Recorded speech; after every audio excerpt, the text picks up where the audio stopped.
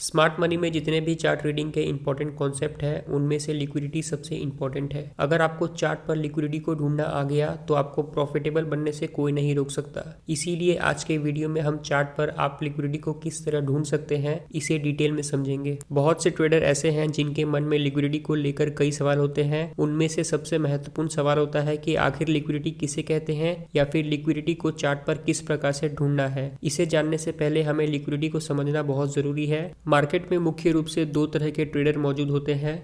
एक साइड में होते हैं बायर्स और दूसरे साइड में होते हैं सेलर्स। जब एक सेलर किसी स्टॉक को बेचता है तभी बायर उसे खरीद सकता है। इसका मतलब एक बेचेगा तभी दूसरा उसे खरीद पाएगा और इन दोनों के दौरान होने वाले इसी ट्रांजैक्शन को ट्रेडिंग कहते हैं। जब तक इन दोनों की संख्या एक दूसरे के बराबर नहीं होगी तब तक उनके दौरान कोई भी ट्रांजैक्शन होना संभव नहीं है। जैसे कि इस चार्ट में यहाँ इस लेवल पर एक सेलर्स ने 1000 क्वांटिटी में स्टॉक्स को या फिर किसी ऑप्शन को सेल करने के लिए ऑर्डर लगाया, लेकिन इसी समय यहाँ दूसरी तरफ एक बायर्स ने इनमें से सिर्फ 800 क्वांटिटी में बाय ऑर्डर लगाया। तो इसका मतलब यहाँ सेलर्स और बायर के दौरान सिर्फ 800 क्वांटिटी के ही ऑर्डर्स एग्जीक्यूट होंगे और बाकी बचे 200 क्वांटिटी के ऑर्डर्स वैसे ही पेंडिंग पड़े रहेंगे। यानी कि यहाँ बेचने वाला ज्यादा है लेकिन खरीदने वाले कम है। इसका मतलब ये स्टॉक या फिर ऑप्शन लिक्विड नहीं है, जिस कारण यह ट्रांजैक्शन कंप्लीट नहीं हो पाया। इसी कॉन्सेप्ट को स्मार्ट मनी में लिक्विडिटी के नाम से जाना जाता है। सिंपल भाषा में कहे तो अगर आपको चार्ट पर लिक्विडिटी को ढूंढना है तो आपको बस उस चार्ट पर अभी किस एरिया में बायर्स और सेलर सबसे ज्यादा एक्टिव हैं, यानी कि कहां पर वह सबसे ज्यादा बाय एंड सेल कर रहे हैं, इसे ढूंढना पड़ेगा। लिक्विडिटी के कॉन्सेप्ट को समझने के बाद चलिए अब इसे चार्ट पर कैसे ढूंढना है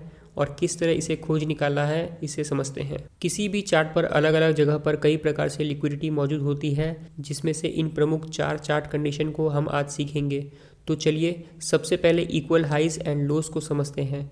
यहाँ इस चार्ट में प्राइस ऊपर और नीचे की तरफ बार बार रिजेक्शन फेस कर रही है, जिससे चार्ट पर equal highs and equal lows बन रहे हैं। अब जो भी सेलर्स यहाँ ऊपर से सेल ऑर्डर लगाकर मार्केट में एंटर हुए हैं उनके स्टॉप लॉस यहाँ किसी इस लेवल पर ऊपर की तरफ लगे हुए हैं। सेलर्स के स्टॉप लॉस यानी कि उनके बाय ऑर्डर्स यहाँ पर बड़ी संख्या में मौजूद हैं, क्योंकि यहाँ से मार्केट नीचे जाएगा। यह सोचकर उन्होंने यहाँ सेलिंग की है, लेकिन अगर मार्केट नीचे जाने की बजाय ऊपर बढ़ा तो उन्हें अपने सेल ऑर्डर्स को क्लोज करना होगा, यानी कि यहाँ पर बाय करना होगा। इसी तरह नीचे की तरफ इस लेवल पर जो बायर्स बाइंग करने की इच्छा रखते हुए लॉन्ग पोजीशन में एंटर कर चुके हैं उनके स्टॉप लॉस ऑर्डर्स यहाँ नीचे लगे हैं। मार्केट में बायर्स के स्टॉप लॉस एक प्रकार से सेल ऑर्डर्स होते हैं और सेलर्स के स्टॉप लॉस बाय ऑर्डर्स की तरह काम करते हैं। इसको आपको समझना होगा। अब इन दोनों लेवल्स के दौरान जो एरिया है इसे हम प्राइस इम्बैलेंस कहते हैं, जिसे नो ट्रेडिंग भी कहा जाता है, क्योंकि मार्केट में जब भी सेलर्स कम और बायर्स ज्यादा होते हैं तो उस समय यहाँ सप्लाई कम और डिमांड ज्यादा होने की वजह से प्राइस इम्बैलेंस बनने के कारण से प्राइस ऊपर की तरफ मूव करता है। उसी तरह जब भी किसी लेवल पर डिमांड कम और सप्लाई ज्यादा होती है तो इस प्राइस इंबैलेंस के कारण मार्केट नीचे की तरफ मूव करता है।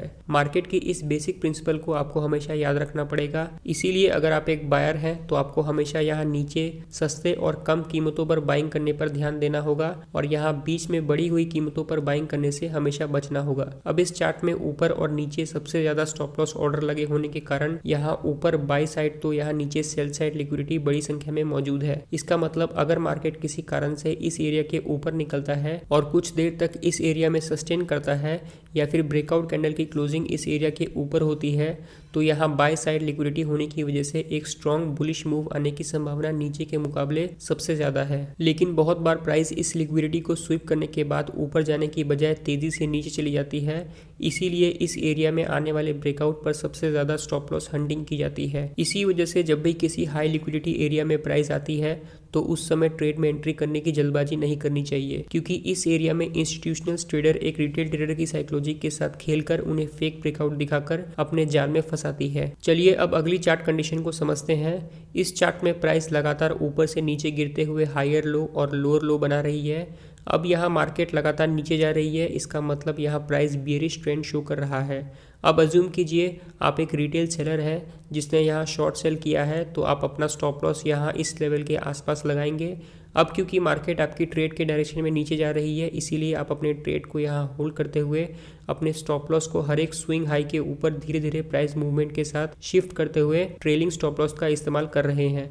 लेकिन मार्केट में कुछ ट्रेडर्स ऐसे भी हैं जिन्होंने यहाँ अपने स्टॉप लॉस को ऊपर ही बनाए रखा है। तो कुछ ट्रेडर्स को यहाँ ऊपर एंट्री नहीं मिली तो उन्होंने यहाँ नीचे, तो कुछ ने यहाँ शॉर्ट सेलिंग करते हुए इस स्विंग हाई के ऊपर अपने स्टॉप लॉस प्लेस किए हुए हैं। अब क्योंकि मार्केट लगातार नीचे गिर रहा है, इस वजह से लोअर साइड में जो भी बायर्स मार्केट में बाइंग करने की कोशिश कर रहे हैं उनके स्टॉप लॉस मार्केट बार बार हिट कर रहा है।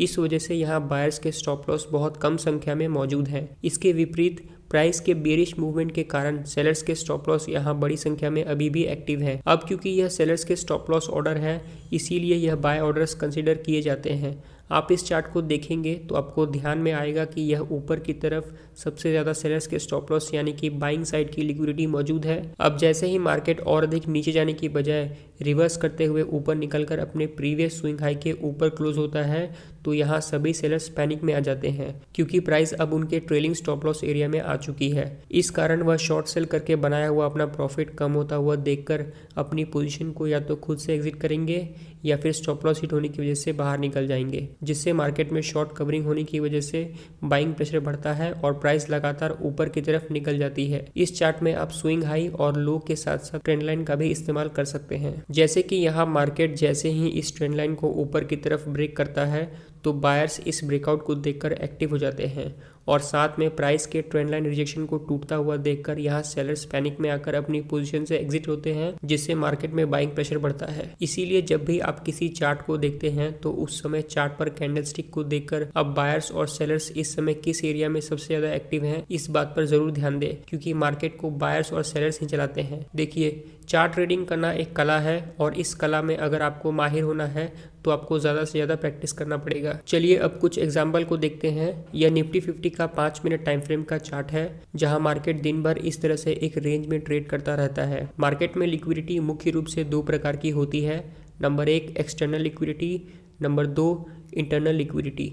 इस चार्ट में ऊपर और नीचे की तरफ जो लिक्विडिटी उसे हम एक्सटर्नल लिक्विडिटी कहते हैं। तो इसके दौरान इन जगह पर जो छोटे छोटे स्विंग हाई और लोज हैं उनके आसपास जो लिक्विडिटी चार्ट पर दिख रही है उसे इंटरनल लिक्विडिटी कहा जाता है। जब भी मार्केट में एक्सटर्नल लिक्विडिटी स्वीप या फिर ग्रैब होती है तो हमें बड़े मूव देखने को मिलते हैं। जैसे कि इस चार्ट में मार्केट ने लगभग 3 बजे यह जो लॉन्ग अपर वीक कैंडल बनाई है, इस कैंडल ने यहाँ प्रीवियस हाई के पास जो सेलर्स के स्टॉप लॉस मौजूद थे उन्हें पूरी तरह से हिट करते हुए यहाँ की लिक्विडिटी को स्वीप कर दिया है और उसके बाद सीधे नीचे जाते हुए लोअर लेवल्स की एक्सटर्नल लिक्विडिटी को ग्रैब कर लिया है। यहाँ अगर हम ध्यान से देखेंगे तो इस एक्सटर्नल लिक्विडिटी एरिया के अंदर मौजूद इंटरनल लिक्विडिटी को मार्केट ने इस फेक ब्रेकआउट के जरिए टारगेट किया है और यहाँ पर जो रिटेल ट्रेडर इस रेंज ब्रेकआउट के पास लॉन्ग ट्रेड में एंट्री करके बैठे थे उनके स्टॉप लॉस लगभग इस एरिया में होने की वजह से यहाँ सेल साइड की लिक्विडिटी बहुत बड़ी संख्या में जनरेट हुई है। इस कारण यहाँ मार्केट ने इस लिक्विडिटी को ग्रैब करने के लिए सबसे पहले एक्सटर्नल लिक्विडिटी को स्वीप किया और बाद में इस इंटरनल लिक्विडिटी को ग्रैब करते हुए सीधे तेजी से नीचे चला गया। इसीलिए इंटरनल लिक्विडिटी एरिया के पास अगर कोई एक्सटर्नल लिक्विडिटी एरिया मौजूद है तो ऐसे सिचुएशन में हमें ट्रेड लेने से हमेशा बचना चाहिए, क्योंकि इस एरिया में आपके स्टॉप लॉस हिट होने की संभावना सबसे अधिक होती है।